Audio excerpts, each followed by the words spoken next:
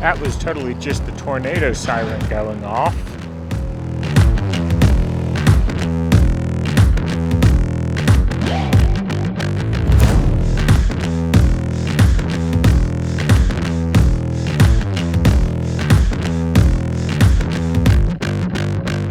Welcome back, everyone, to what's going to be another road trip adventure in the Tesla Model 3. This trip's going to start off with actually some work travel. I have a job site in Memphis that I need to visit, and once we get done there, we're going to continue out on to Colorado. So we'll look at that route when we get to Memphis and plan that out, but for now we need to make it out that way. We could make it on a single charge. We're at 90% now, but we're going to stop just briefly in Jackson, Tennessee. A, because it's actually a nice supercharger, and B, because I'm probably going to have to do some running around town for a bit, and there isn't charging until I get to the hotel later tonight. So with that, buckle up, and we'll be on our way.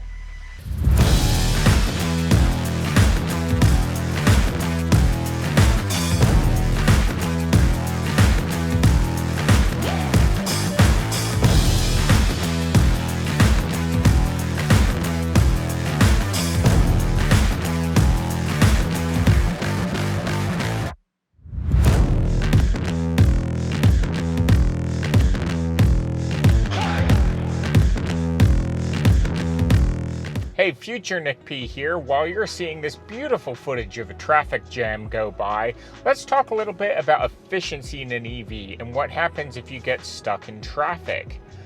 That is, believe it or not the end of the world in an EV. Now, in an internal combustion engine car, or ICE car, your engine has to idle in order to keep running. Now, some newer vehicles will start and stop the engine to save gas, but for the most part, you are running that engine no matter what. That's not the case in an EV. You're only sending power to the motors whenever you want to move forward. And if you're stopping, you have regen to recover just a little bit of that lost energy. Now, there are some constant electrical loads. Your climate control, for instance, that's not going to change its usage based on your speed. That's going to draw pretty much a constant amount of power in relation to how hot or cool it is outside and your setting in the cabin. And the full self-driving computer and the infotainment system loads are going to be pretty much constant no matter what, because that's a load that isn't going to vary. But even with these losses, it's a lot less than running a gas engine at idle. So you're not going to be as efficient in a traffic jam as, let's say, cruising along at 45, 50 miles an hour, but you are going to be way more efficient than an equivalent gas vehicle because you don't have to idle. And all that is to say is being stuck in traffic isn't necessarily a bad thing. Us moving along at this snail's pace is actually still more efficient than us cruising along at 75, 80 miles an hour. And that plays into us having better efficiency numbers than what the route planner initially planned. So that's future Nick P on a blurb about efficiency in a traffic jam. We're going to continue the efficiency theme for the rest of this video and talk about how that plays into different driving scenarios in a road trip. But until then, on to the Jackson Supercharger we go.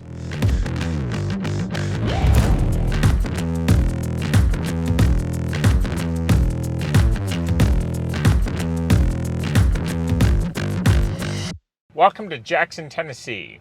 We're not going to spend a ton of time here. We're just going to top up a little bit, maybe to about 50%, and then keep on our way because we have a hotel in Memphis tonight that has destination charging. We do have to do a bit of driving around the Memphis area for work stuff, so that is the reason for the stop. Otherwise, we could probably just continue on through. Anyway, let's get plugged in.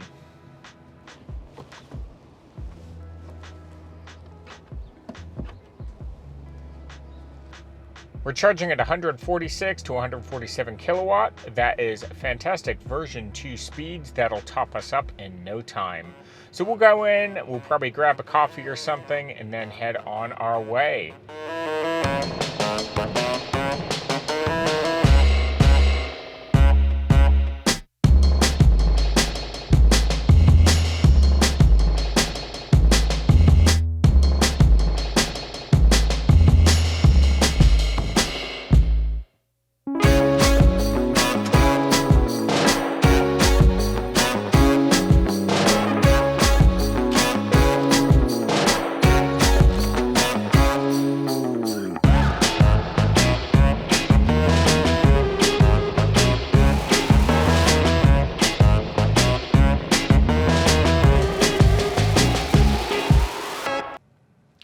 Welcome to Memphis. We are here at our hotel. Now, a bit of time has passed since I've last updated y'all because I had to go and do actual work at a job site today, which luckily for me is on the way for our trip. So it works out quite nicely. I got to stay here as part of work, charge up here at this hotel, and then tomorrow we'll go back to that job site and then leave on the rest of our trip from there. Now, before we can fade out to black and get a good night's sleep and be ready for tomorrow, we have to talk about something. And that something is something near and dear to my heart. And that is, don't ice the EV charging stations. Now, if you're not an EV person, you may not know what icing is. ICE stands for internal combustion engine. That's where a car that is not electric parks in the electric car charging space. Don't do that. That would be like, let's say in your entire city, there are like 4 gas stations. And I park my Tesla in front of one of the only 2 gas pumps at this one gas station. And all of a sudden, you're stranded because I'm just parked there and doing nothing. That's what you're doing to us when you park a gas car in a charging space.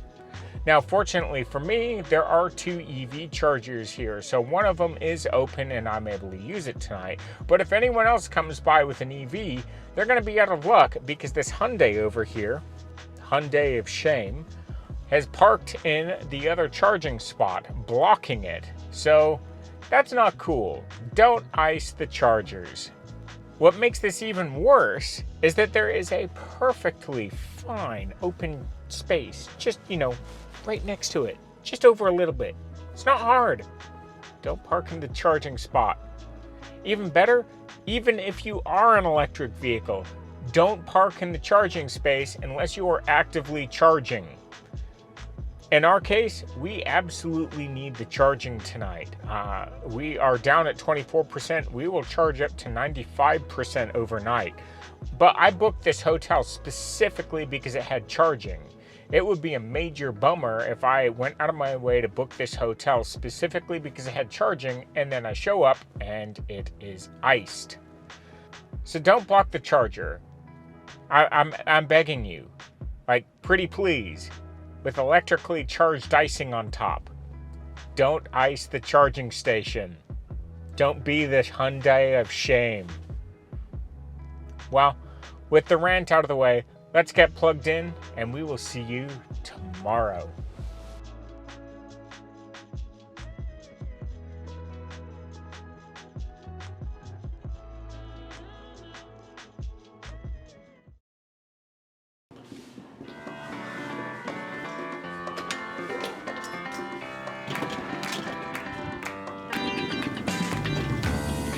It looks like our Hyundai of shame has checked out.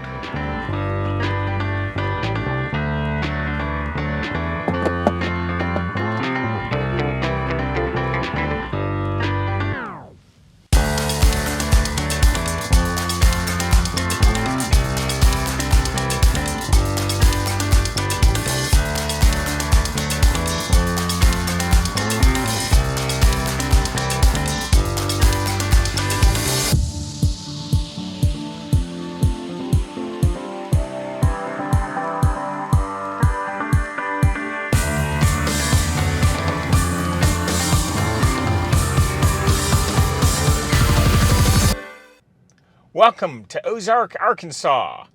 We pulled in at 7%. I actually probably could have made it to the Van Buren supercharger if I really stretched it, but you know what?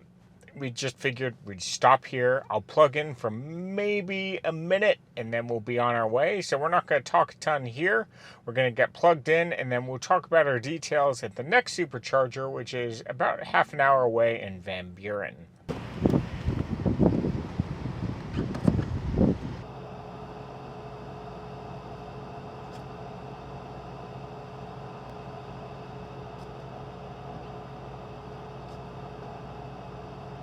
We're back. We topped up to 32%. Let's get on the road. This will be a quick one.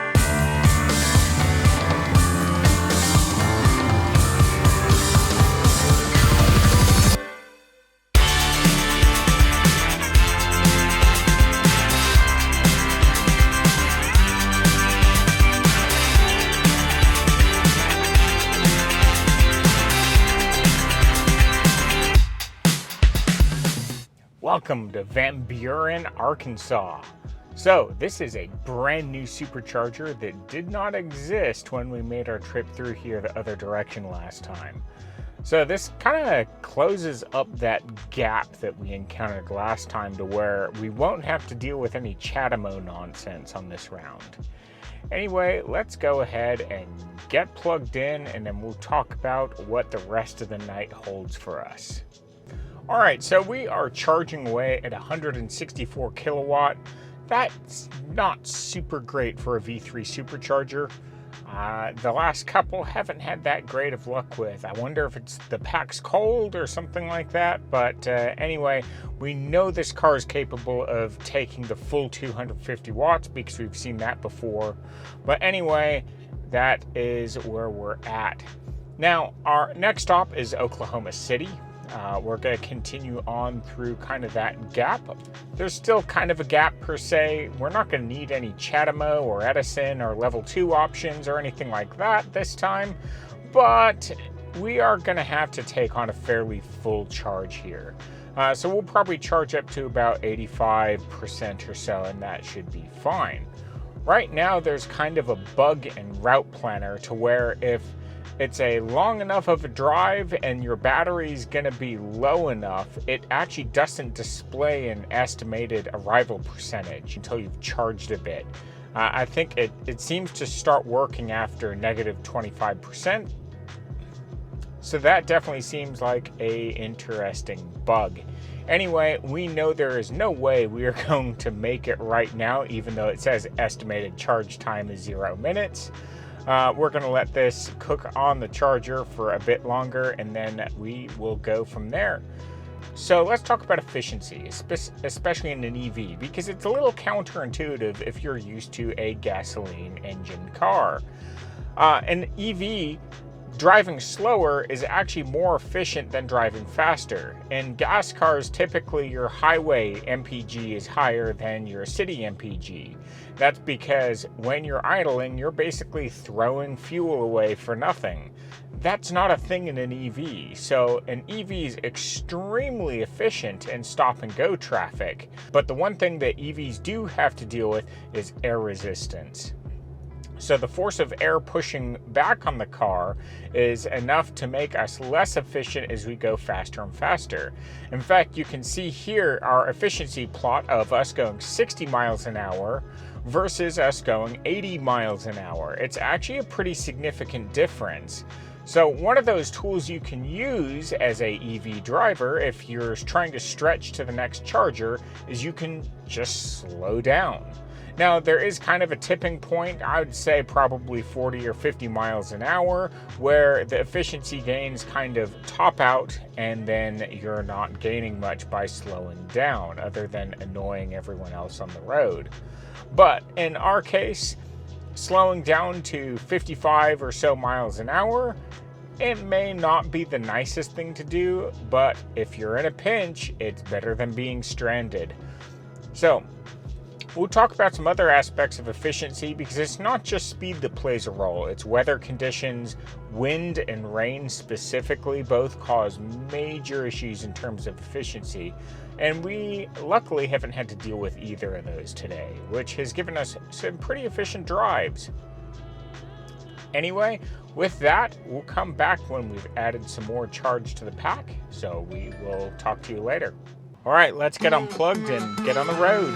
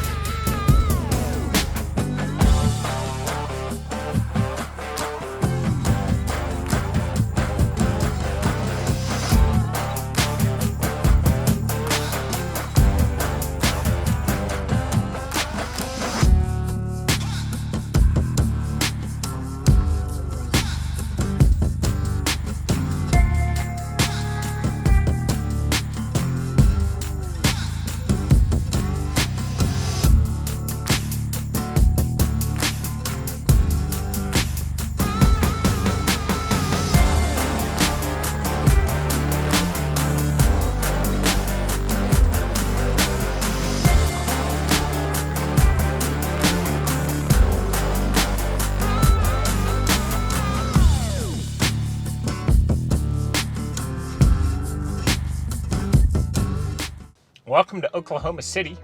We pulled in at about 12%. It's about 9 o'clock at night. We've been driving for a while, and we've been doing some pretty long stretches between superchargers.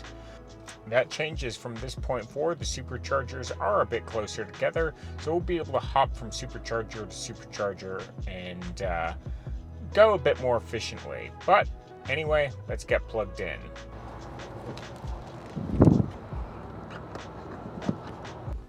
All right, so we're charging away 134 kilowatt. That's not bad for V2. Could be better, but we'll take it. Anyway, our objective is I'm going to grab something to eat. We are going to look up a hotel along the way because it is about time to stop for the night and then kind of figure out where we'll go from there. So next time you see us, we'll be unplugging and back on the road. So here we go. So that supercharger just got really busy really quickly. 4 other Teslas pulled up. All of a sudden we were sharing a cabinet. Charge rates plummeted even though we were there first. So I just decided let's get the heck out of Dodge and move on to Weatherford. We've got enough charge, and that's probably where we're going to try and stay the night as well. So on to Weatherford we go.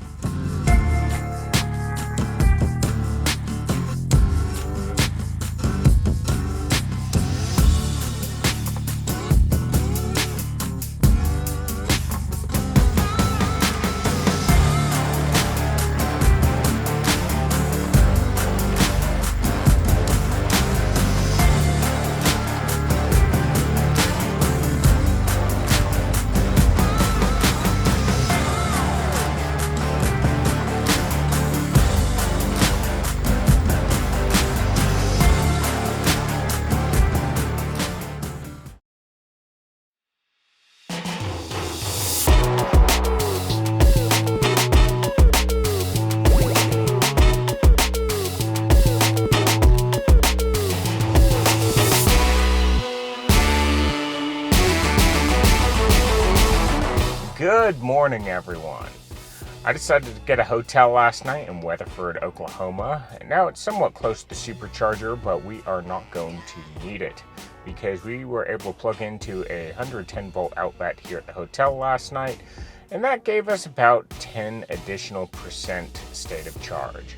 That's a good rule of thumb. About 8 hours on a standard Edison outlet, a 110 volt 15 amp outlet, will give you about 10% in the Model 3 long range. And probably give you a touch more in a standard range and likely less in some of the other higher end vehicles. But in this particular car, 8 hours gives you about 10%, which is nothing to sneeze at. That should be more than enough to take us to our next supercharger stop. But before then, we need to get some coffee and then we'll get on the road. So let's go. Starbucks.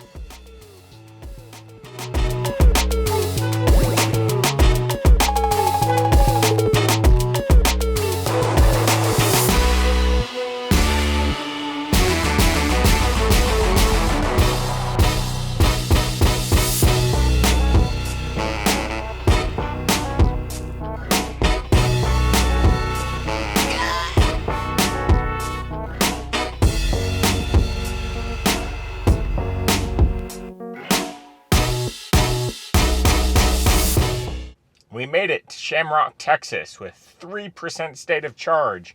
I know that seems like we're playing with fire a little bit by pulling in so low, but to be honest, if I was really concerned about range, I could have slowed down just a touch. We were going fairly quick the whole way, so it would not have been a big deal to drop, 5 or 10 miles an hour off, and then we would have arrived at a much higher state of charge. But given that all the numbers pointed to us making it, it made sense to just press on and then let the supercharger do its work to charge us back up. So let's get plugged in and then we'll talk about what comes next.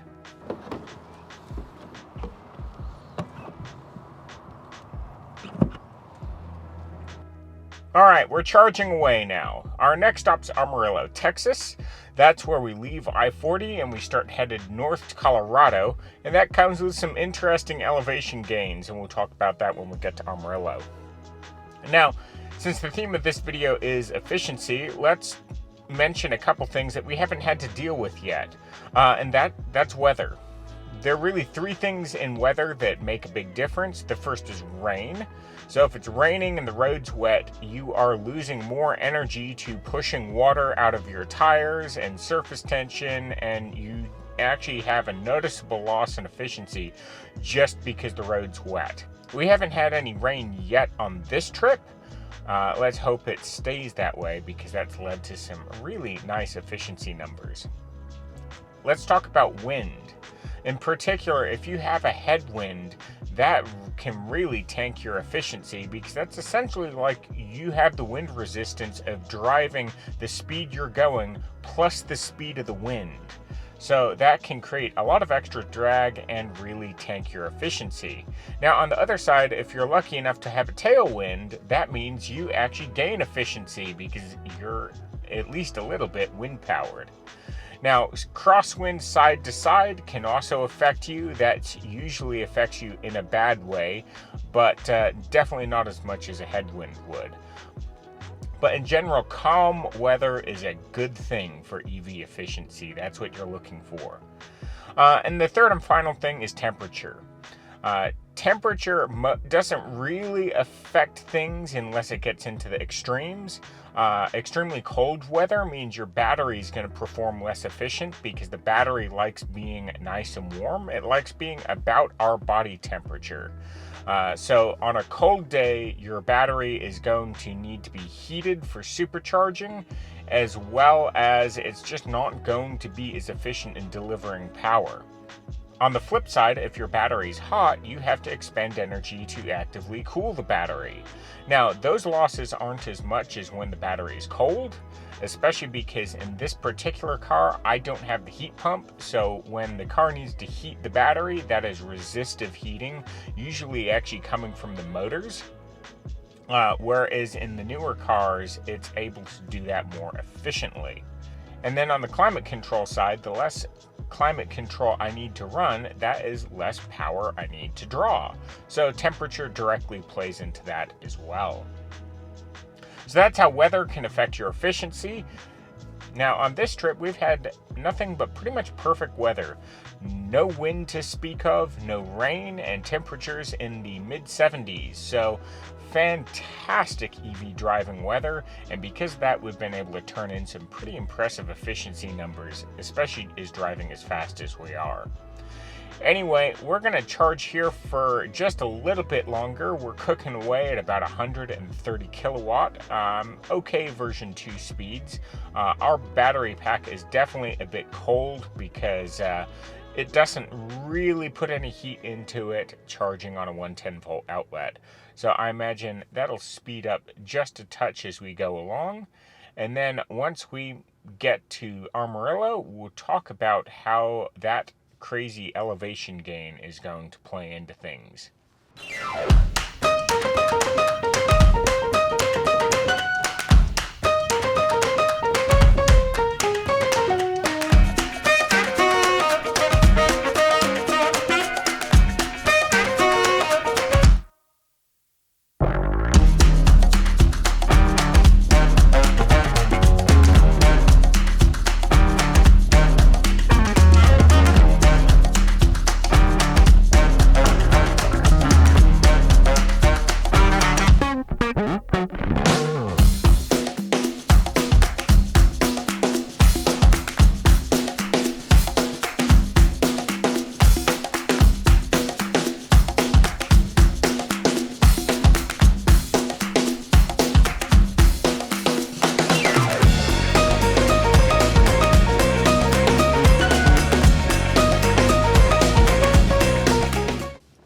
So this is the part of video where I pretend that nothing went wrong and that I most definitely turned the mic on the first time I recorded this segment.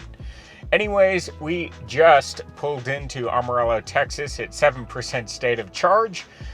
We are charging away at a decent 140 kilowatt on this V2 supercharger. Now, our last leg of the trip, it's kind of ironic we brought up wind, because on this last leg, we saw a lot of wind. Our efficiency numbers were not as good, and we actually pulled in about 3% less than what Trip Planner was initially predicting, which is fine. We have plenty of buffer. It's also been about 15 degrees cooler between our last stop and this stop. That's degrees Fahrenheit, by the way. And that theme is probably going to continue as we climb up into the Rockies. So this is the point that our trip changes. We are leaving Interstate 40 and heading north, and we start our climb into Colorado. Now that changes the trip dynamic significantly, because now we're not just dealing with air resistance moving forward, we're dealing with taking our heavy Model 3 and moving it upward. So we are climbing. Now that's going to take a fair bit of extra energy, because now we're not just dealing with rolling resistance, we're not dealing with air resistance and thermals and all that. We're also now taking our weight and converting it into potential energy in the form of us being higher that is stored away. It's not particularly useful to us on this trip, but we'll get some of that back in the form of regen on our return trip back to Nashville. This leg of the trip was very difficult to do before. We did it coming down. There's other YouTubers who have done it this direction going up. And without the brand new V3 supercharger in Clayton, New Mexico, it's not a trip you can do and drive the speed limit. So thankfully, there is a brand new V3 supercharger on our route midway. That'll help us. We only have to charge up to about 60%, and then we can drive the full speed limit on the way up. And we'll get to try out a brand new supercharger in the process. So we're charging away. We're going to let the car go. And next time you hear from us, we'll be unplugging and heading up to Clayton.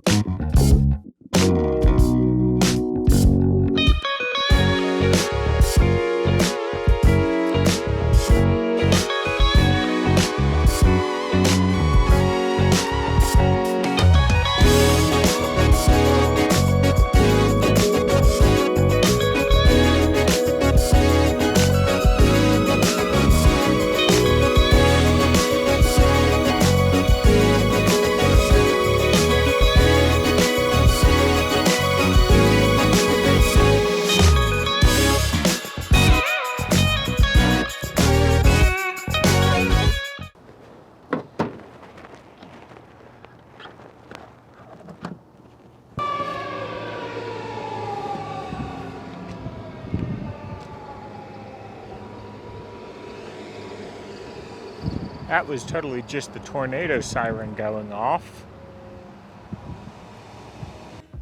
Welcome to Clayton, New Mexico. So we pulled in at a 4% state of charge.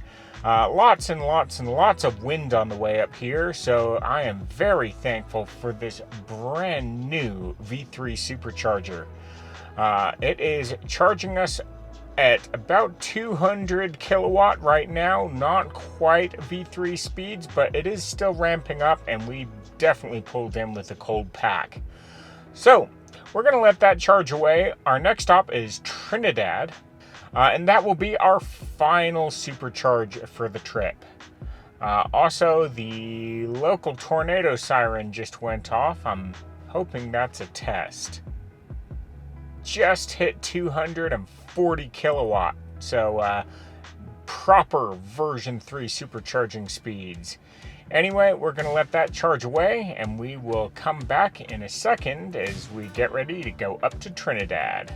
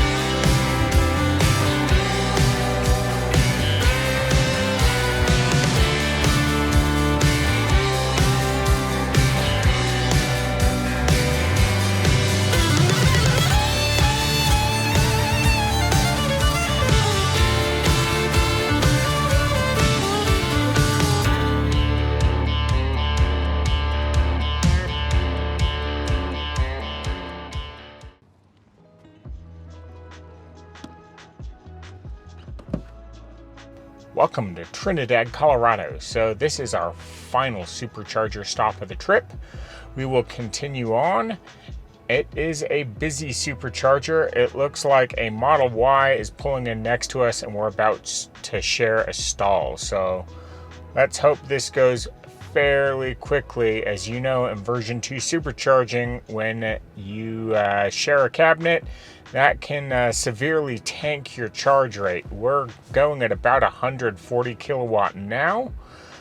We need to probably get up to about 60% state of charge to make it where we need to go, where we have a 30 amp dryer outlet to charge off of.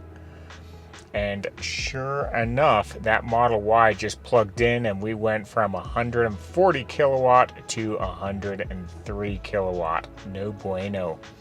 Unfortunately, there are no other cabinets available for us to switch to, so we're kind of stuck with that for now. Anyway, you saw that elevation gain that we had coming in and our abysmal efficiency during that. But that's okay. We are home free now. It's smooth sailing from here on out. Except for the fact that we just dropped to about 60 kilowatts. So there's a Model X next door. Hopefully they finish and we can switch cabinets. Not fun. Anyway, I'm gonna grab something to eat and hopefully either this Model X next door or that other Model Y will pull out and we can go grab our own cabinet again. All right, one of the Model Ys pulled away, so we changed stalls so that we got our own cabinet, and boy did that pay off. We went from 70 kilowatt to 140 kilowatt charging. So that basically cut our time in half. So we just need a couple minutes and then we will head through to our final destination. All right, we charged up to 63%, much better now that we have our own cabinet. I decided to get out of the stall as quickly as possible and not record this segment while waiting at a supercharger and not charging, especially since this one was pretty busy. So we're gonna get on the road and we're gonna head to our final destination in Colorado Springs.